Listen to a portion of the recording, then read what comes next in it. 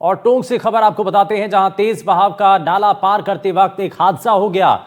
नदी के तेज बहाव में एक युवक बह गया और जान जोखिम में डालकर नदी पार कर रहा था।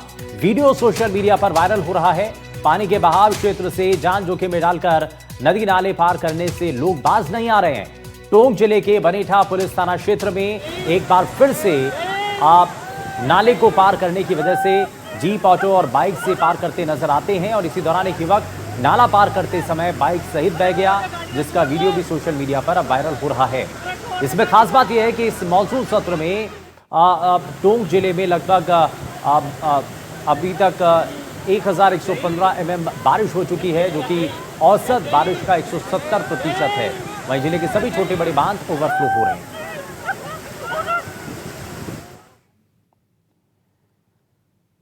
और सवाई माधोपुर से बड़ी खबर, जहां स्टंट दिखाने के चक्कर में एक शख्स की जान चली गई। टापू डैम की चादर पर स्टंट दिखाना एक शख्स को भारी पड़ गया। बांध के ओवरफ्लो पानी में एक युवक बह गया और युवक का अभी तक कोई सुराग नहीं लग पाया है। स्थानीय प्रशासन और गोताखोर तलाश में जुटे हैं, लेकिन युवक के कूदने का वीडियो फिलहाल तेजी से वायरल हो रहा है। ये तस्वीरें आप देख रहे हैं, ये वही वीडियो है जो कि बहुत तेजी के साथ वायरल भी हो रहा है। और आप देखेंगे कि स्टंट दिखाने के चक्कर में एक शख्स की जान चली गई है। टापू डैम की चादर पर स्टंट दिखाना एक शख्स को भारी पड़ गया। बांध के ओवरफ्लो पानी में युवक बहता चला जाता है और युवक का अभी तक कोई सुराग नहीं लग पाया है। उसके बारे में कोई जानकारी नहीं मिल पाई है।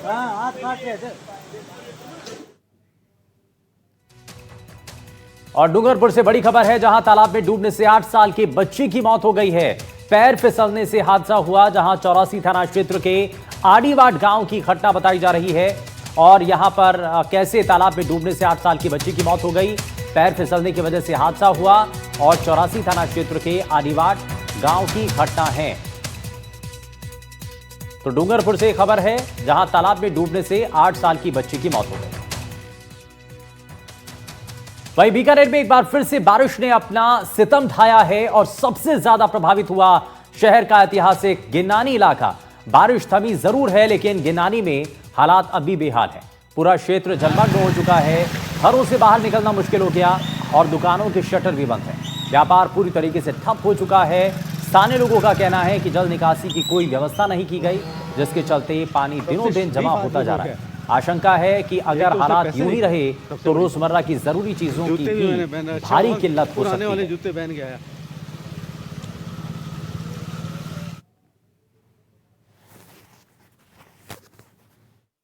बीकानेर शहर में जब भी बारिश आती है, बीकानेर का एक इलाका जो गिन्नानी कहलाता है, ये कदीमी इलाका है, जूनागढ़ के पास का इलाका है, सूरसागर के पास का इलाका है और यहाँ बड़े बड़े लोग रहते हैं। यहाँ तक कि जो केंद्रीय मंत्री राज्यवर्धन सिंह राठौड़ हैं, उनके चाचा डॉक्टर रिसाल सिंह राठौड़ का मकान भी यही है। और भी यहाँ बड़ी बड़ी हस्तियां रही हैं। डॉक्टर दिलीप सिंह जो डूंगर कॉलेज के प्रिंसिपल रहे हैं, उनका मकान भी यही है। तो इस तरह की बड़ी बड़ी हस्तियां इस इलाके में रहती है। लेकिन जब भी बारिश आती है, इन तमाम हस्तियों के लिए ये स्वर्ग सा इलाका बुरी तरह का नरक बनकर रह जाता है कि ना निकल सकते हैं, ना कोई हमारे पास मिलने के लिए आ सकता है। यहाँ से हम पानी में से होकर के निकलना पड़ता है, या जो ये फुटपाथ सी बनी हुई है, चौकी बनी हुई है, इससे निकलना पड़ता है। बड़ी हालत बड़ी ख़राब रहती है। स्टाफ यहाँ पहुँच नहीं पाता है, हम लोग भी नहीं आ पाते हैं। नाम बताएं। सुशील बंसल।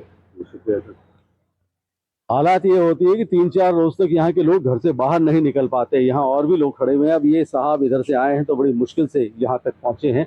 अब आप अंदाजा लगा सकते हैं कि इस रोड को क्रॉस करके जाना कितना मुश्किल होता है। जी, किस तरह से फिर आप रहते कैसे? रोजमर्रा की जो जरूरतें हैं कैसे पूरी होती है? मकान बरसों से हमारा यही है, तो हमें रहना ही पड़ेगा यहीं पे। ये समस्या आज से थोड़ी है, बहुत सालों से है। यहाँ से बाहर निकलने का कोई साधन नहीं। अभी जैसे बारिश आई है, घंटा भर पहले आई थी, अभी 2 घंटे हो गए हम अंदर घर में ही फंसे हुए। चाहे अगर किसी की तबीयत खराब हो जाए तो घर के अंदर ही रह जाएगा। टैक्सी भी नहीं आएगी गेट के आगे। बहुत भयंकर समस्या है गिन्नानी में आज वर्षों से। नाम बताएं। शिव कुमार काबरा। इन साहब का ये कहना है कि अगर कोई बीमार हो जाए तो यहाँ पर एम्बुलेंस नहीं आ सकती, बड़ी दिक्कत होगी। टैक्सी, अभी थोड़ी देर पहले आपने देखा कि यहाँ एक ऑटो फंसा हुआ था, ऑटो की हालत ये हो गई कि यहाँ उसे निकलना मुश्किल हो गया, बड़ी मुश्किल से वो उसे निकाला गया यहाँ पर। अब आप देख रहे हैं कि इस रोड के इस साइड से उस साइड जाना बड़ा मुश्किल है। वहीं बीकानेर में एक बार फिर से बारिश ने शहर की बदहाल व्यवस्था की पोल खोल दी है। हालात ऐसे बने हैं कि जैसलमेर हाईवे पर लंबा जाम लग गया, सड़कें टूटी हैं, सीवरेज उफना गया है और लोगों को भारी परेशानियों का सामना करना पड़ रहा है। घंटों तक गाड़ियां सड़क पर रेंगती रहीं। सबसे हैरान करने वाली बात है कि इस जाम में फंसी एक एम्बुलेंस की भी बड़ी मुश्किल से उसको रास्ता मिल पाया। देख रहे हैं कि किस तरह से यहाँ लोग भी नमस्कार, बहुत दुर्गति हो रही है सर, सुधार करवाओ सर आप। जी जी शुक्रिया शुक्रिया। यहाँ आप देख रहे हैं कि उन्होंने कहा दुर्गति हो रखी है, बहुत खराब है, बहुत खराब जी। इस व्यवस्था से काफी लोग परेशान हैं। ये काफी टाइम से मैं देख रहा हूँ ऐसे ही चल रहा है, कोई प्रशासन इस पर कोई कार्रवाई नहीं कर रहा। तो पिछले 10-12 दिनों से परेशानी हो रही है, पानी भरा रहता है और ये ट्रैफिक लगा रहता है सरकार। लोग कह रहे हैं कि 10-12 सालों से यही हालात हो रहे हैं, यही हालात यहाँ बने रहते हैं। जब भी बारिश आती है इन्हीं हालात से दो चार होना पड़ता है बीकानेर की आवाम को। यहाँ से दिन भर में हजारों गाड़ियां निकलती हैं, हजारों बसेज निकलती हैं, हजारों ट्रक निकलते हैं। आप देख रहे हैं किस तरह से लोग परेशान हो रहे हैं, किस तरह से यहाँ पानी जमा है। अब ये ऑटो रुक गया है यहाँ पे, ये किसी गड्ढे में ये ऑटो रुका है। ये हालात है यहाँ पे। प्रशासन को कोई मतलब नहीं है, बीएमसी यानी कि बीकानेर म्यूनिसिपल कॉर्पोरेशन को कोई मतलब नहीं है, बीडीए यानी कि बीकानेर डेवलपमेंट अथॉरिटी को कोई मतलब नहीं है कि बीकानेर के आवाम को कम से कम बारिश में तो राहत दे दे। कब तक ऐसा चलेगा? राजस्थान का तीसरा सबसे बड़ा शहर, राजस्थान की सांस्कृतिक राजधानी कब तक ऐसी रहेगी कोई नहीं जानता। हम आपको बताएं कि 1947 से पहले बीकानेर राजस्थान के सबसे डेवलप शहरों में से एक था। जयपुर के बाद अगर किसी शहर का नंबर आता था तो वो बीकानेर का नंबर आता था। लेकिन अब हालात ये है कि बीकानेर डिविजनल हेडक्वार्टर होते हुए भी, तीसरा सबसे बड़ा शहर होते हुए भी यही हाल है। कब तक रहेगा कोई नहीं जानता। बीएमसी बीडीए की नजर इनायत कब तक होगी कोई नहीं जानता। तब तक बीकानेर की आवाम इन्हीं समस्याओं से दो चार होने पर मजबूर है। एनडीटीवी के लिए कैमरामैन राजेश शंगानी के साथ डॉक्टर नासिर जैदी, बीकानेर। वहीं दौसा के बांदीकुई से बड़ी खबर है, जहां झमाझम बारिश से बांदीकुई का ड्रेनेज सिस्टम फेल हो चुका है। बांदीकुई शहर का पानी मुक्तिधाम में जमा हो गया। बारिश का पानी आने से शमशान घाट लबालब हो चुका है और अंतिम संस्कार करने के लिए प्लेटफॉर्म बना हुआ था वो भी डूब चुका है। तो यहां आप परेशानी देखिए, झमाझम बारिश की वजह से, बारिश जो लगातार हो रही है, बांदीकुई का ड्रेनेज सिस्टम फेल हो चुका है। बांदीकुई शहर का पानी अब मुक्तिधाम में जमा हो रहा है। बारिश का पानी आने से शमशान घाट पूरी तरीके से पानी से लबालब हो चुका है और अंतिम संस्कार करने के लिए जो बना हुआ प्लेटफॉर्म था वो भी अब पानी में डूब चुका है। वहीं दौसा में करीब 4 घंटे की हुई मूसलाधार बारिश ने दौसा शहर में फिर हालात बिगाड़ दिए हैं। आसमान से बरसा पानी आफत बनकर के सामने आया।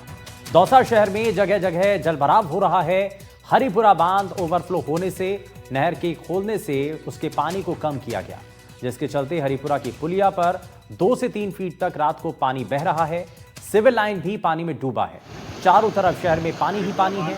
नेशनल हाईवे 21 के जयपुर रोड पर सर्विस लाइन पर करीब 2 किलोमीटर तक 2 फीट तक पानी भरा है। दौसा जिला कलेक्टर ने सभी उपखंड अधिकारियों को अपने अपने क्षेत्र में बारिश का जायजा लेने के निर्देश दिए। कल दौसा में अच्छी बरसात हुई है। तकरीबन 177 दौसा ज़िले में हुई है। निर्जन्ना, रामगढ़, पचवारा, लालसोट अच्छी बरसात हुई है। हमारे पूर्व की बरसात से कई बांध पहले ही भर गए थे, रफ्तें चल रही थी हमारी। कल की बरसात की अगर मैं बात करूं तो हमारे हरिपुरा बांध में भी अच्छी पानी की आवक हुई है और उसके ओवरफ्लो और वहाँ पे गांव के अंदर पानी भरने की शिकायत हुई थी।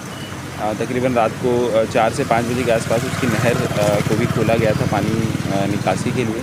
तो 3-4 घंटे से बारिश हुई है, 3-4 फुट पानी चल रहा है, आने जान बंद हो रहा है। कहाँ का रुका ये आ रहा नीचे से मोड़ा के बाला जी से तक से भी सिविल लाइन तक का पानी आ रहा है पूरा, करीब पूरा काट के छोड़ दिया इधर।